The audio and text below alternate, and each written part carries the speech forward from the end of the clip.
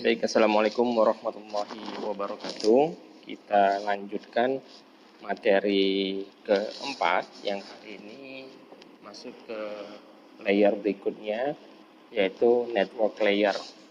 Sebagai review, kita kemarin sudah menjelaskan terkait dengan frame yang ada di data link, baik itu jenis wireless maupun C-wire, maka si unitnya namanya adalah frame. Semua sudah diatur di protokol yang namanya IEEE 802 dan titik 3 dan 802.11. Maka hari ini kita akan masuk ke layer berikutnya, yaitu namanya network. Oke. Jadi agendanya hari ini switching, kemudian packet switching at network layer. Oke, saya mulai dari switching dulu. Jadi ketika sebuah package, jadi saya tarik lagi bahwa di network layer seperti yang ada di slide sebelumnya, itu unitnya namanya adalah package. Network layer unitnya adalah package atau juga bisa disebut dengan datagram. Namun kita menggunakan istilah package untuk pertemuan kali ini. Oke, jadi ketika package tiba dari sebuah atau satu port, kemudian diteruskan ke port yang lainnya, maka itu disebut dengan switching. Jadi kalau kita lihat ilustrasi di pertemuan sebelumnya, kita lihat bahwa untuk sender atau PCA ke PCB, di tengah-tengahnya itu atau intermediate-nya itu berupa router. Nah, si router ini berfungsi sebagai switching. Jadi dari A itu akan masuk ke port, salah satu port di router 1, kemudian port lainnya digunakan untuk meneruskan ke port R3, kemudian R3 akan meneruskan ke R4 sampai akhirnya ke final destination. Maka di poin 1 ini kita sebut namanya switching. Nah, switching dibagi menjadi dua, circuit switching dan packet switching. Oke, untuk yang circuit switching, the whole message is sent from the source to the destination without being divided. Jadi, untuk yang circuit switching, package-nya itu atau message dalam artian datanya itu tidak dibagi-bagi ke dalam bentuk package ya. Jadi kalau sebuah pesan itu kalau di circuit switching dari sender sampai ke receiver itu adalah data yang utuh ya. Jadi tidak dibagi-bagi ke dalam bentuk package ya, seperti itu. It was never implemented at the network layer. Jadi ini tidak masuk atau tidak sampai ke network layer. It mostly used at the physical layer. Jadi untuk yang circuit switching ini itu hanya bermain di level physical layer. Seperti yang saya jelaskan di pertemuan lalu bahwa di connecting device di pertemuan 3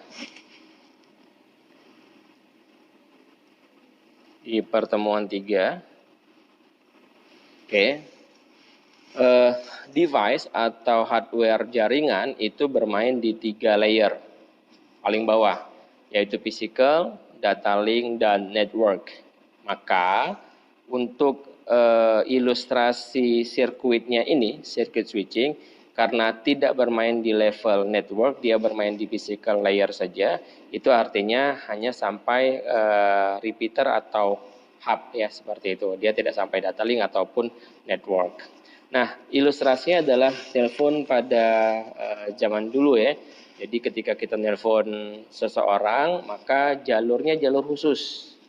Jalur khusus, si operatornya akan mengarahkan jaringan kita itu ke ke port dari si receivernya. Jadi jaringan khusus.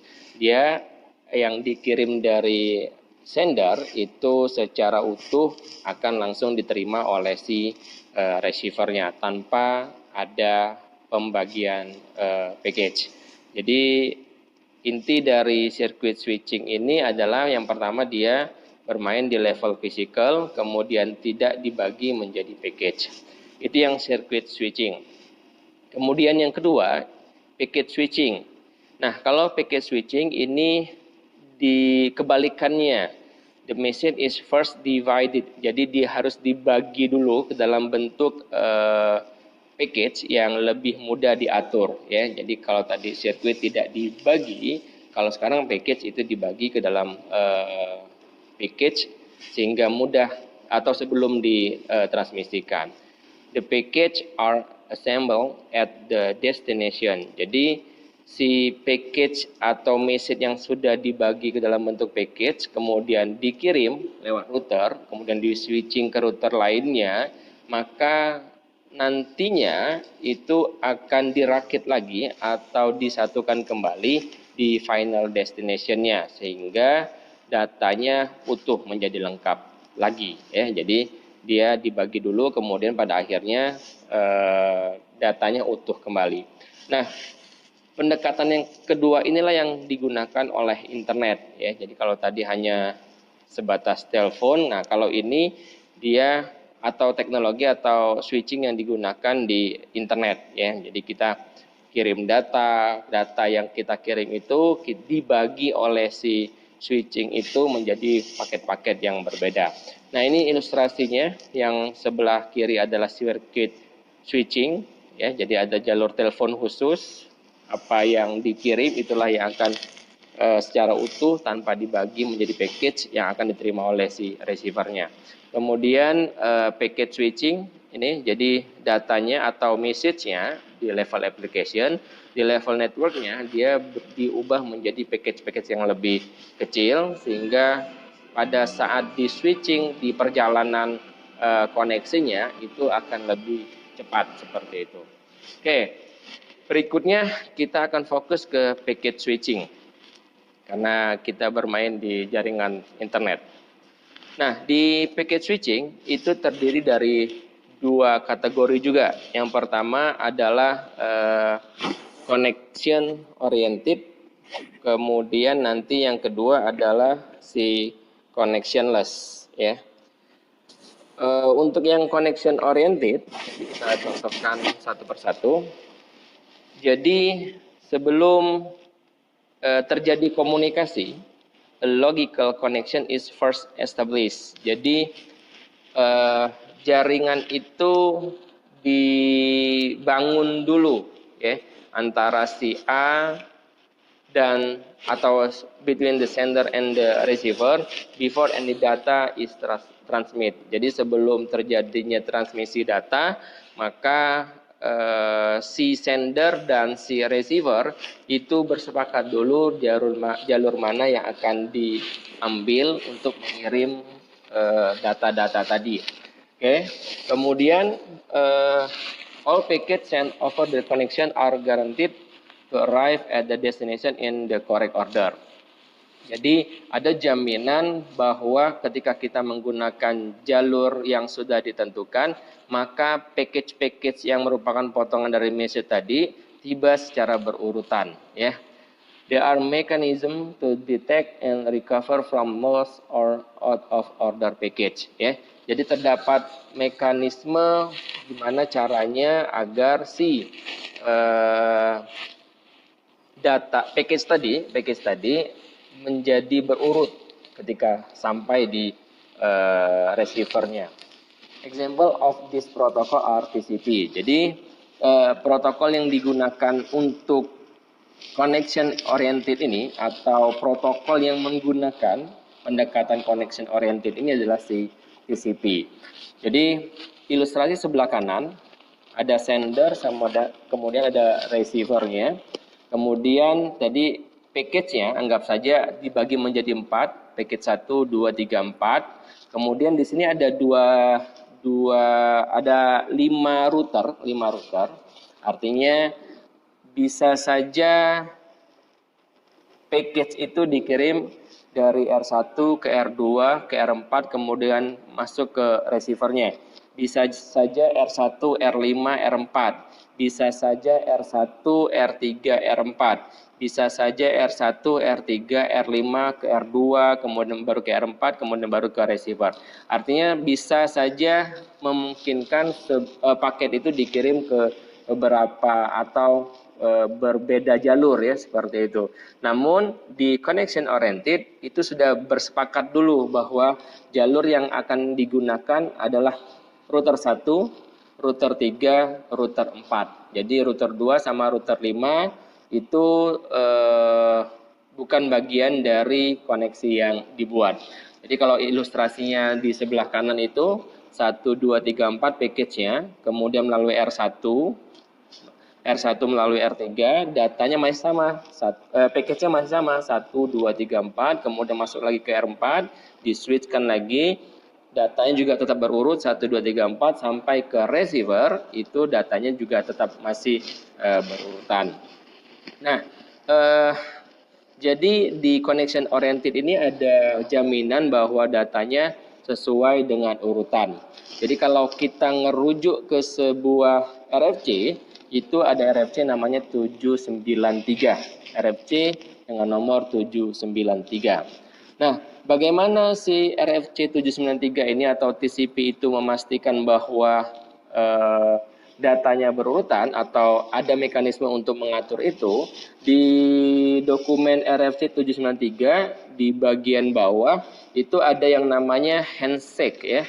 Handshake, basic three-way handshake for connection synchronization. Jadi bagaimana koneksinya bisa tersinkron?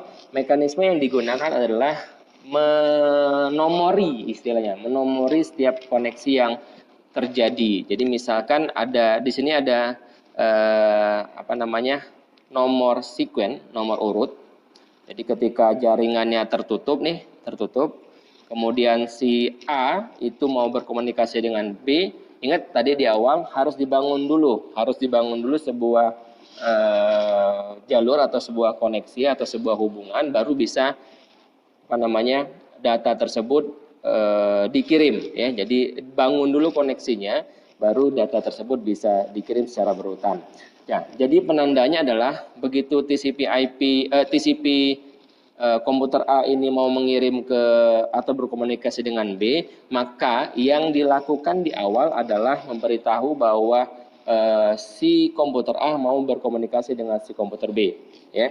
Nah, ini si komputer A itu akan memberikan nomor urut 100. Ini sebenarnya boleh secara random akan dibuat oleh si koneksinya. Jadi ngasih tahu ke komputer B bahwa nomor urutnya adalah 100. Nah, ketika sampai di B, maka si B akan meresponnya istilahnya kuncinya adalah si 100 tadi. Jadi begitu balik, si komputer B itu akan mengirim ulang dengan tambahan 1. Makanya di sini si X-nya adalah 101. Jadi kalau di sini 200, maka si B-nya akan mengirimkan nomor pengakuan istilahnya plus 1 jadi 101. Maka ngasih tahu ke B bahwa oke, kita bersepakat untuk berkomunikasi, kemudian diterima oleh A kemudian mengirim lagi ke B untuk proses transfer data dan transmisi data lainnya. Jadi artinya di awal sudah bersepakat menggunakan nomor urut dan nomor pengakuan yang harus sama antara sender dan receivernya, seperti itu. Nama mekanismenya adalah sekuen dan acknowledge ya. Jadi dia menggunakan nomor yang bisa digunakan untuk bersepakat bahwa nanti akan terjadi koneksi antara PCA dan PCB. Ini ada di RFC 793. Nah, si mekanisme itulah yang menjamin bahwa satu di router A itu menggunakan sekuennya dengan nomor tertentu akan diterima oleh si sender, kemudian dikirim ke router 1, kemudian router 3, dan seterusnya. Artinya saling mengecek sekuennya tadi atau nomor acknowledge-nya tadi, sehingga memastikan nomor urut dan package-nya juga teratur, ya, seperti itu. Saya akan coba pendekatan ini dengan melihatnya di Wireshark, ya, seperti itu. Untuk connection oriented ini, TCP ini biasa digunakan untuk pengiriman konten, ya, pengiriman konten atau membuka dokumen, atau kita bisa browsing sebuah website. Nah, itu menggunakan protokol TCP. Jadi dia memastikan bahwa yang sampai itu adalah data atau package yang berurutan. Oke, saya akan buka si Wireshark. Saya mulai dari sini. Oke, ini saya mulai dari plus dulu deh. Oke. Karena saya menggunakan wireless, saya pakai yang WLP3S0. Oke, ini sudah posisi standby. Kemudian saya buka website detik.com. Oke, selesai. Terlacak. Oke, kemudian saya coba stop. Nah, si detik.com tadi IP publiknya itu kalau kita cek di sini 203.19 IP saya 192.168.090. Jadi kalau detik tadi itu IP-nya 203.190.242.211 ya. Nah, kita coba filter untuk melihat frame pertama yang terhubung dengan destination-nya 203 sekian ini. Caranya klik kanan di bagian destination, tepat di frame 203 tadi, atau dalam hal ini 725, itu silakan di apply as filter selected. Jadi display filternya akan menampilkan semua yang destination-nya 203.190. Nah, jadi kalau kita scroll ke atas, kita lihat ada 203 itu mulainya di frame ke-39, di frame 39. Nah, kalau kalian bisa lihat itu di destination-nya tadi kita filter adalah si IP-nya si detik. Kemudian kita bisa memulai lagi atau kita bisa melihat semua interaksi. Kalau saya filter 203 saja, maka yang tampil di sini adalah 203 saja. Kita tidak bisa melihat tiktokannya. Ya, artinya bisa jadi nanti si source-nya adalah kebalikan, destination-nya adalah kebalikan dari source-nya. Ya, jadi kalau kita mau lihat flow-nya, klik kanan saja di 203 tadi, kemudian follow TCP stream. Oke, di close saja. Nah, maka kalian bisa lihat tuh. Ya, jadi untuk pertama kalinya komputer saya itu berinteraksi atau membuka koneksi ke detik.com 203.190.242.211. Kemudian, nah ini teman-teman, ini ada sekuennya nih, ada sekuen. Nilainya sebenarnya random, tapi ini dibuat simple menggunakan nomor urut 0. Ya. Jadi source-nya saya, destination adalah komputernya detik atau servernya detik, kemudian penandanya adalah sekuen 0. Ya. Kemudian nanti di pertemuan di layer transport itu akan lebih jelas lagi.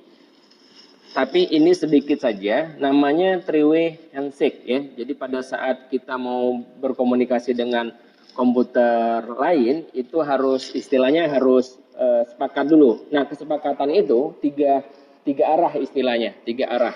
Kalau kita lihat di three-way tadi di RFC itu ada sync, kemudian begitu diterima oleh receiver, receiver akan mengirim sync dan ACK ya. 2, yang ketiga terakhir adalah si ACK-nya. Jadi saya ulang, pengirim ditandai menggunakan sync, kemudian si penerima itu merespon dengan mengirim sing dan ek. Kemudian si pengirim itu akan membalas lagi dengan menggunakan ek. Artinya 3 poin ini itu terjadi di awal sekali sebelum kita melakukan transmisi data. Ya.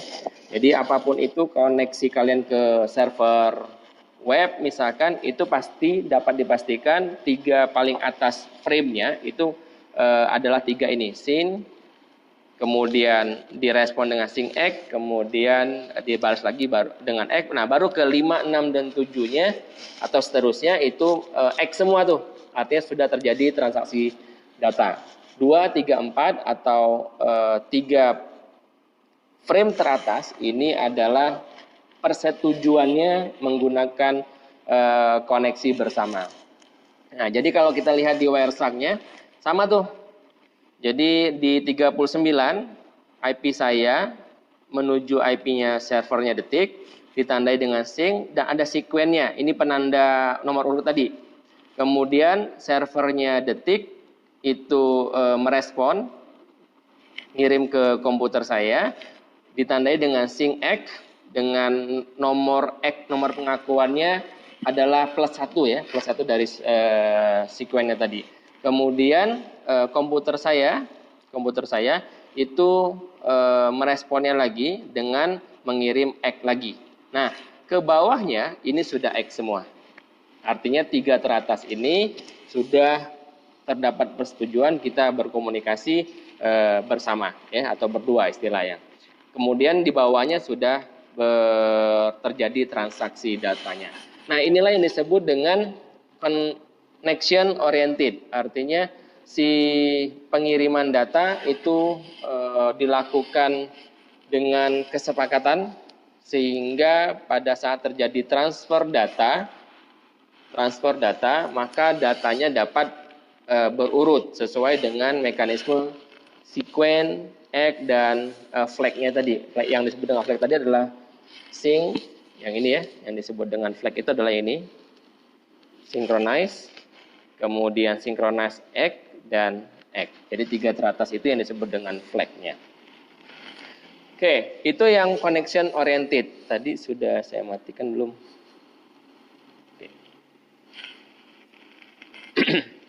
Oke, berikutnya adalah yang connectionless. Ini kebalikan dari si connection oriented.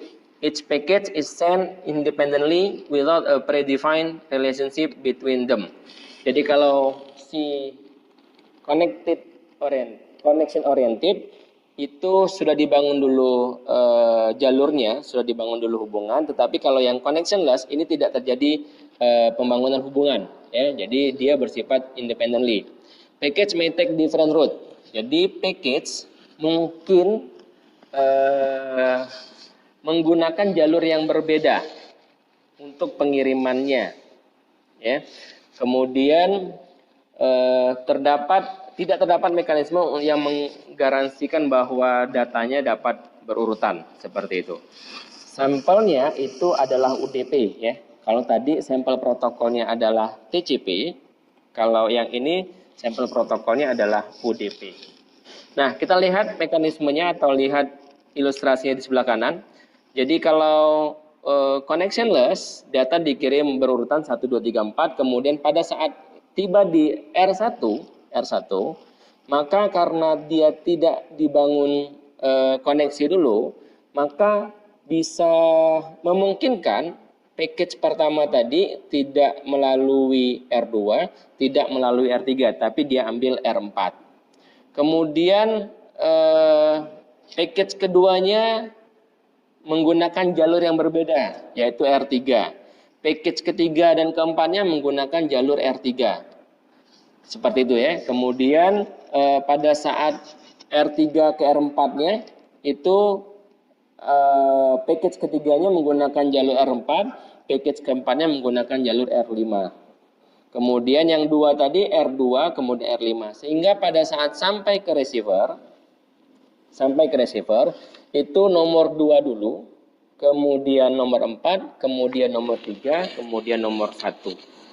Jadi banyaknya router atau banyaknya switch tadi salah satu yang menyebabkan urutannya tidak sampai secara bersamaan ya, atau tidak berurutan, karena banyak yang harus dilalui sebuah package. Maka pada saat di receiver itu yang diterima adalah package yang tidak berurutan.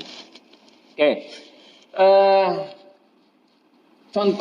contohnya. Jadi saya standby-kan dulu. Kalau tadi si TCP kita menggunakan konten atau dokumen sebuah website ya, yang sifatnya berupa gambar atau berupa teks saja. Sekarang kita mempraktekkan si UDP. Jadi kalau tadi bermain di protokol TCP, di protokolnya TCP semua. Sekarang saya coba jalankan dengan membuka sebuah YouTube streaming lah. Jadi kalau UDP itu muncul menggunakan UDP itu protokol yang digunakan salah satunya untuk streaming ya, untuk streaming. Jadi kita buka, kita siapkan dulu video streamingnya yang live ya, yang live. Kemudian baru kita buka si Wireshark-nya menggunakan WLP3. Oke, standby. Kemudian saya coba klik yang live ini. Oke. Nah, terlihat UDP-nya sudah mulai kelihatan di situ. UDP-nya sudah mulai kelihatan. Kemudian saya stopkan dulu. Stop. Oke. Jadi oke. Kemudian saya cari tadi IP-nya berapa? UDP.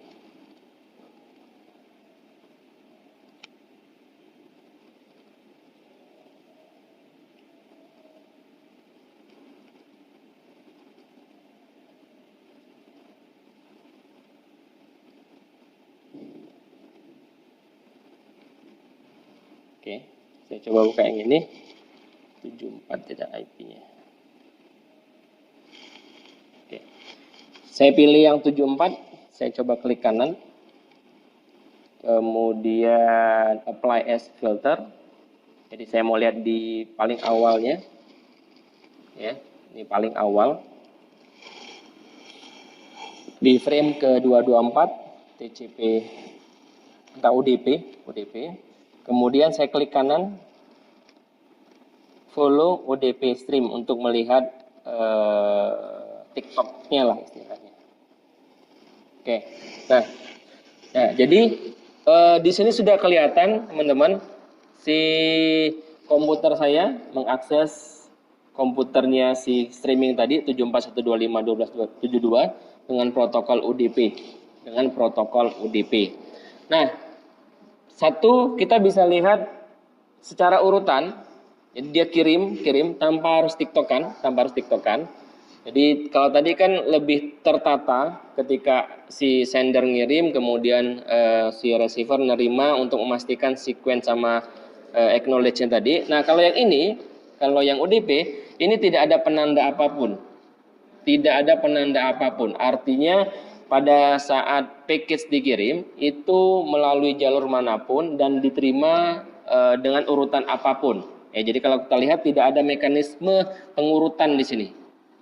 Semuanya dikirim atau semuanya diterima, tinggal jalur yang digunakan per masing-masing package tadi itu yang akan berpengaruh terhadap sampainya dia di receiver. Ya, jadi kalau teman-teman lihat di sisi info tidak ada nomor apapun yang bisa menandakan datanya harus sampai duluan dan segala macamnya. Kemudian dilihat ini juga secara acak komputer saya ngirim, baru nerima di sini, kemudian kirim lagi, terima. Dia tidak secara berurutan atau secara otomatis itu berurutan ya.